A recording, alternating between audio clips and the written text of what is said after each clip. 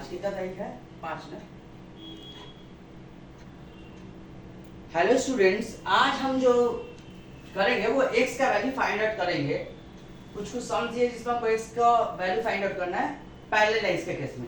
जैसे फर्स्ट सम जो है ये सम नंबर 1 है, ये सपोज 2 है, ये 3 है और ये 4 है। तो क्या फर्स्ट वाले में क्या देखिए, AB is parallel to DC and AD is parallel to BC. Then prove that ADC is parallel to ABC. ADC is parallel to ABC. तो हम एक काम करते हैं, पहले हम यहाँ पे ये x लेते हैं, तो ये क्या हो जाएगा 180 माइनस x, और ये इसके पैरेलल है 180 माइनस x है तो ये x हो जाएगा, और ये 180 माइनस x है तो ये x हो जाएगा। क्यों होगा ऐसा? ये x है तो ये सॉरी ये 180 माइनस x हो जाएगा। क्यों? क्योंकि कोई इंटीरियर एंगल है ये, तो कोई इंटीरियर एंगल का क्या स्टेटमेंट होता है कि sum of co interior angles is 180 degree. Co interior angles are supplementary. 180 minus x plus x 180 हो गया, x 180 माइनस x ये सेम हो गया। अब ADC हम देखते हैं, ADC और ABC दोनों ही सेम हो गया। क्यों? क्या स्टेटमेंट है यहाँ पे? वो जो नंबर 1 है उसके लिए स्टेटमेंट लिखना पड़ेगा कि कोई इंटीरियर एंगल्स आर सप्लीमेंट्री। कोई इंटीरियर एंगल्स आर सप्लीमेंट्री, ये लिखना पड़ेगा और फिर हमें सम्स को ऐसे कर सकते हैं। ठीक है, जैसे दो पैरेलल लाइन अगर दिया हुआ है कहीं पे, ये एक पैरेलल लाइन है, ये एक पैरेलल लाइन है। सपोज ये एंगल 1 है, ये एंगल 2 है, ये 70 डिग्री है तो ये 110 डिग्री होगा। क्यों? बिकॉज कोई इंटीरियर एंगल्स आर सप्लीमेंट्री। तो पहला वाला सम्स हो गया। अब हम लोग दूसरे वाले सम्स को करेंगे, तो दूसरे वाले सम्स को करते हैं। दूसरे वाले सम्स में क्या है कि ये 65 डिग्री दिया हुआ है, L M के पैरेलल है, ठीक है, और ये जो P है वो Q के पैरेलल है। ये 65 है तो ये 65 होगा। क्यों? Vertically opposite angles are equal. अब ये 65 है तो कोई इंटीरियर एंगल की वजह से ये कितना हो जाएगा 115 डिग्री, और ये दोनों पैरेलल है 115 है, ये 65 डिग्री, ये 65 डिग्री, तो ये कितना हो जाएगा 115 डिग्री। क्यों? क्योंकि इस केस में भी हम यूज क्या कर रहे हैं, कोई इंटीरियर एंगल्स आर सप्लीमेंट्री। क्या यूज कर रहे हैं? कोई इंटीरियर एंगल्स आर सप्लीमेंट्री। कोई इंटीरियर एंगल्स आर सप्लीमेंट्री। ठीक है, ये हो गया हम लोग का। अच्छा, इस ट्रायंगल में देखते हैं, ये दोनों पैरेलल है, 40 दिया है, ये 35 दिया है, x और y का वैल्यू निकालने बोला है। अच्छा, ये अगर 35 है तो y 35 होगा। क्यों?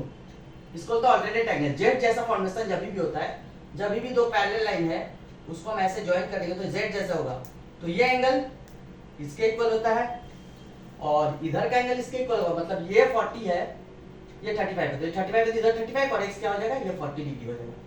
किस लिए हो रहा है ये? इसको बोलते हैं ऑल्टरनेट एंगल्स। कौन सा angle? Alternate angles.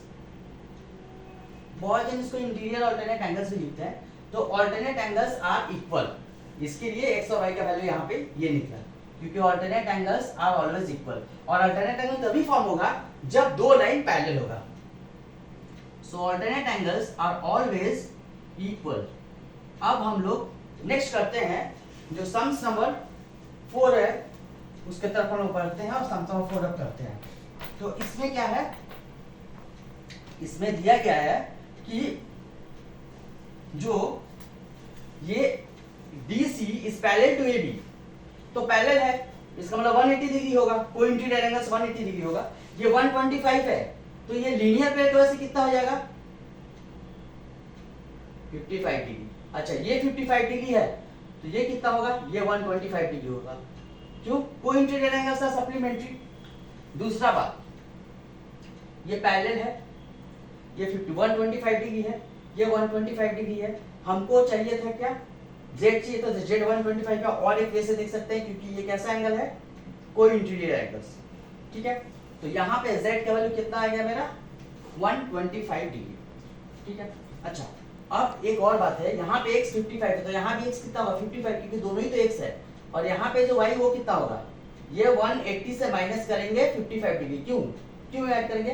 Because again same reason that co interior angles are supplementary.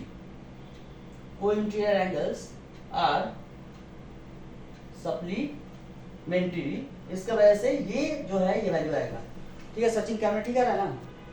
ठीक है Yes, sir. अच्छा, तो यहाँ पे क्या हो रहा है कि ये कोइंसिडेंट एंगल्स, तो हम लोग अब एक बार हम लोग लाइंस का जो होता है, पैरेलल लाइंस का जो जो प्रॉपर्टीज होता है उसको हम लोग पढ़ेंगे। क्या करेंगे, सपोज ये एक लाइन है और ये एक लाइन है पैरेलल, तो ये लाइन को मान लेते हैं L और इस लाइन को हम मान लेते हैं M। तो इस दोनों लाइन को जो कट करेगा एक लाइन, इसको बोलते हैं ट्रांसवर्सल। ट्रांसवर्सल क्या करता है, जो दो पैरेलल लाइंस को मिलाता है उसको बोलते हैं ट्रांसवर्सल।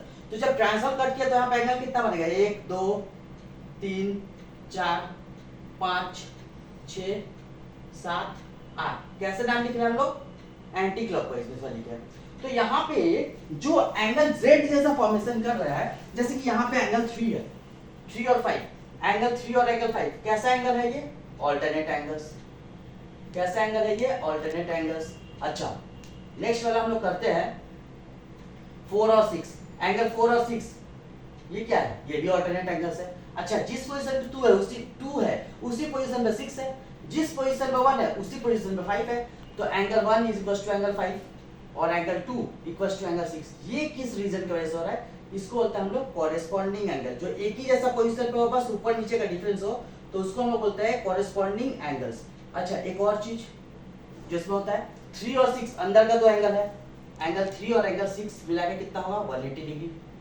फिर एंगल 4 और एंगल 5 मिला के कितना होगा, 180 डिग्री। ये 180 डिग्री क्यों होगा, क्योंकि इसका जो स्टेटमेंट है वो ये है कि को-इंटीरियर एंगल्स आर सप्लीमेंट्री। इसको कैसे बोलते हैं, को-इंटीरियर, दोनों अंदर नहीं आता, अंदर ही अंदर है ना।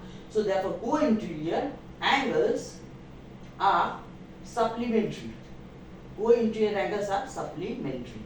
सो ये पैरेलल लाइंस का प्रॉपर्टीज था, जिसको जानेंगे फिर हम ऐसा टाइप का सम्स करेंगे। So I hope you understood this.